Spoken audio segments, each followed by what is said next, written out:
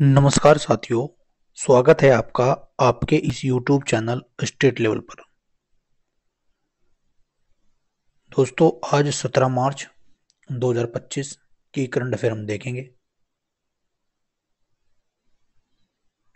जिंदगी में आप कितनी बार हारे ये कोई मायने नहीं रखता, क्योंकि आप जीतने के लिए पैदा हुए हैं।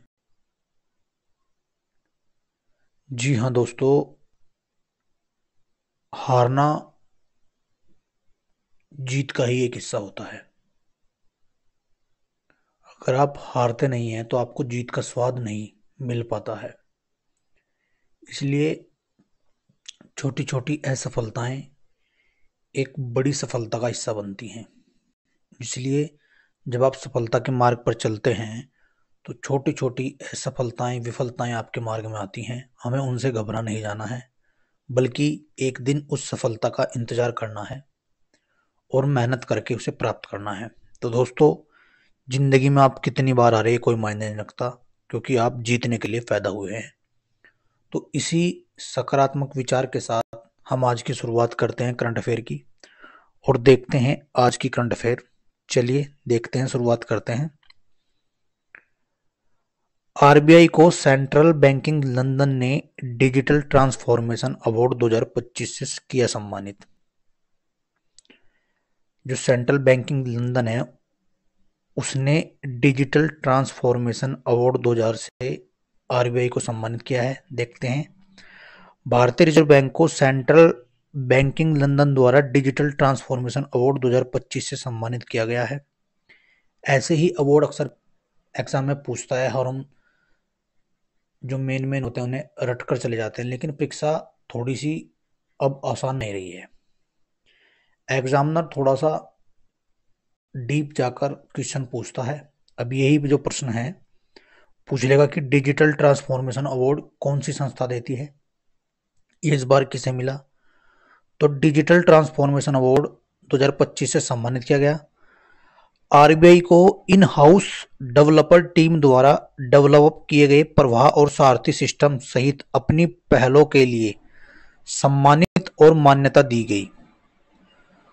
पुरस्कार समिति ने इस बात पर गौर किया कि दोनों डिजिटल पहलों ने पेपर बेस्ड सबमिशन के इस्तेमाल को कम किया, जिससे आरबीआई की आंतरिक और बाहरी प्रक्रियाओं में बदलाव आया है।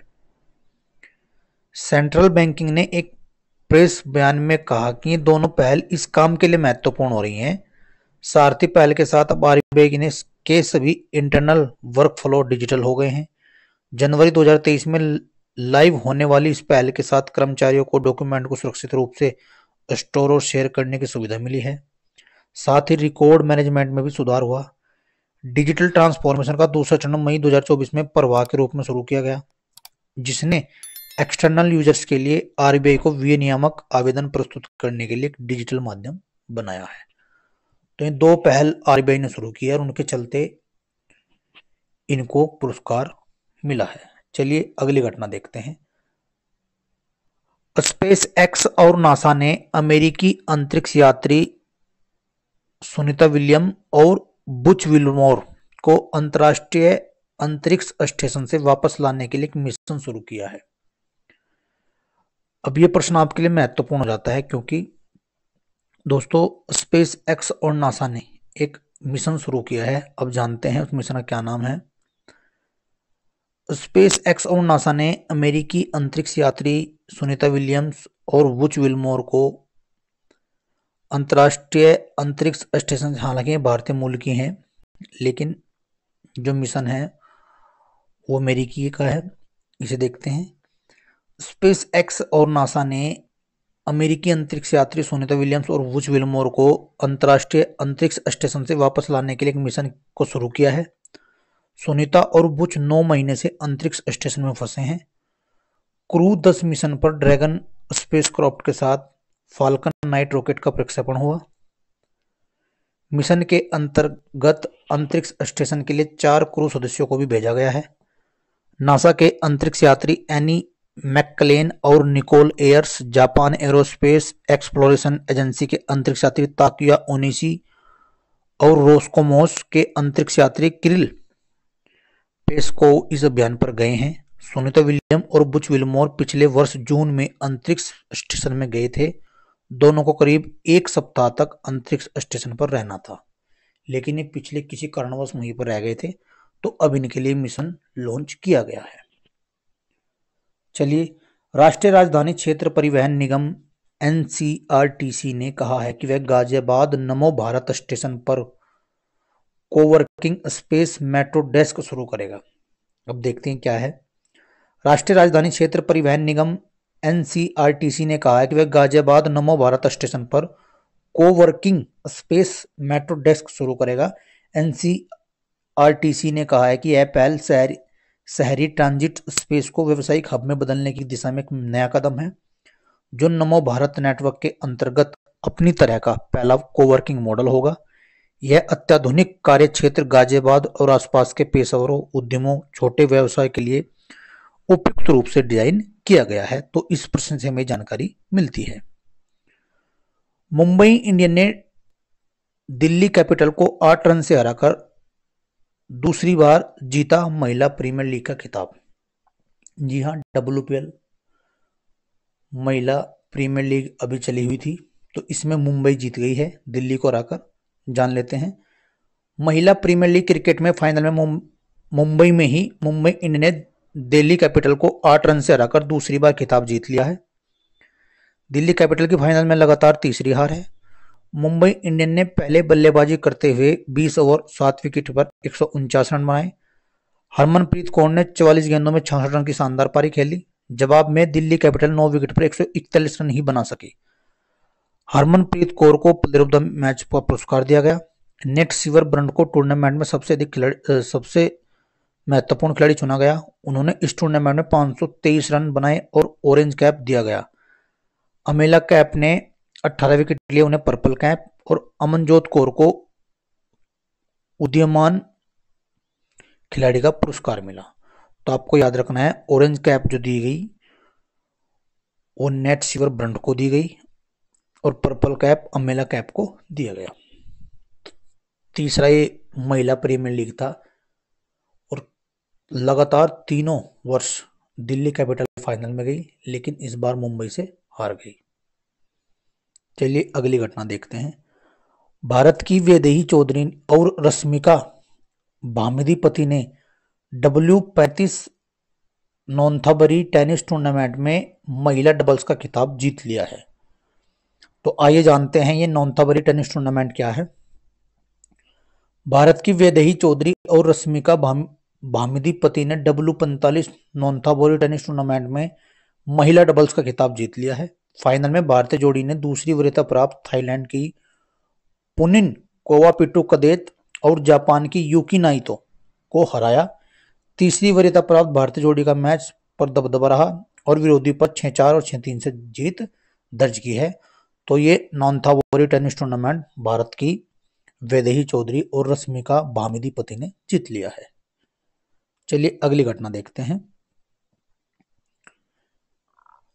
ऊर्जा आत्मनिर्भरता और पर्यावरणीय स्थिरता प्राप्त करने की दिशा में एक उल्लेखनीय कदम उठाते हुए पीएम सूर्य घर मुफ्त बिजली योजना PMSGMBY ने 10 मार्च 2025 तक 10 लाख रूफटॉप सोलर इंस्टॉलेशन का ऐतिहासिक मील का पत्थर पार कर लिया है। 13 फरवरी 2024 को प्रधानमंत्री नरेंद्र मोदी द्वारा शुरू की गई इस महत्वाकांक्षी पहल का लक्ष्य 2026-27 तक 1 करोड़ घरों को सौर ऊर्जा से जोड़ना है, जिससे बिजली की लागत में उल्लेखनीय कमी आएगी और स्वच्छ ऊर्जा को अपनाने को बढ़ावा मिलेगा। 6.13 लाख लाभार्थियों को पहले ही 4770 करोड़ की सब्सिडी वितरित हो चुकी है और 3 गीगावाट और क्षमता स्थापित की जा चुकी है। यह योजना भारत के अक्षय ऊर्जा में बदलाव को गति दे रही है और साथ ही आत्मनिर्भर भारत मेक इन इंडिया के पहलों को समर्थन कर रही है। तो लगभग 10 लाख का आंकड़ा ये भारतीय सरकार ने छू लिया है इस योजना के तहत। चलिए अगली घटना देखते हैं। 3 दिसंबर 2024 को राज्यसभा द्वारा इसकी स्वीकृति के बाद लोकसभा ने 12 मार्च को तेल क्षेत्र नियामक और विकास संशोधन विधेयक, ये चर्चा में है, 2024 पारित कर दिया है। यानी 3 दिसंबर को तो राज्यसभा में पास हुआ है और 12 मार्च अब 2025 को तेल क्षेत्र नियामक और विकास संशोधन विधेयक 2024 पारित कर दिया गया है। इस विधेयक का उद्देश्य भारत में तेल और गैस की खोज और उत्पादन के लिए कानूनी ढांचे में सुधार करना है, ताकि अधिक निवेशकों को आकर्षित किया जा सके, उत्पादन को बढ़ावा दिया जा सके और ऊर्जा की उपलब्धता, सामर्थ्यता और सुरक्षा सुनिश्चित की जा सके। यह प्रधानमंत्री मोदी के 2047 तक विकसित भारत के दृष्टिकोण के अनुरूप है दोस्तों। तो ये जो अधिनियम है, इसके तहत तेल की आपूर्ति करना ताकि बाहर से खरीदार हमारे बढ़ सकें, तो उसको ध्यान में रखते हुए ये विधेयक अभी पेश किया गया था और उसको लोकसभा में पास किया गया है। चलिए अब बात करते हैं रिवीजन की, और रिवीजन में मैं जनवरी का रिवीजन ले रहा था, तो रिवीजन का ही करते हैं शुरू। राष्ट्रगान के संबंध में दिशा निर्देश। तमिलनाडु के राज्यपाल RN रवि ने वर्ष के पहले दिन पारंपरिक संबोधन से इनकार कर दिया। उनका तर्क था कि उनके निर्धारित संबोधन से पूर्व राष्ट्रगान का वादन नहीं किया गया। अब एक घटना घटित हुई थी राष्ट्रगान के बारे में। तमिलनाडु के राज्यपाल ने एक संबोधन से पहले उनके यहाँ राष्ट्रगान नहीं चलाया गया था, तो वे थोड़े निराश हुए थे और उन्होंने मना कर दी थी अभिवादन या संबोधन करने से। तो ये चर्चा बनी हुई थी तमिलनाडु में उस दौरान। चलिए अगली घटना देखते हैं। किस राज्य ने सिंधु सभ्यता की लिपि को पढ़ने वाले को $1 मिलियन का पुरस्कार देने की घोषणा की है? तो ये भी तमिलनाडु सरकार ने ही किया है। तमिलनाडु सरकार ने कहा है कि जो भी सिंधु सभ्यता की लिपि को पढ़ देगा उसको $1 मिलियन का पुरस्कार दिया जाएगा।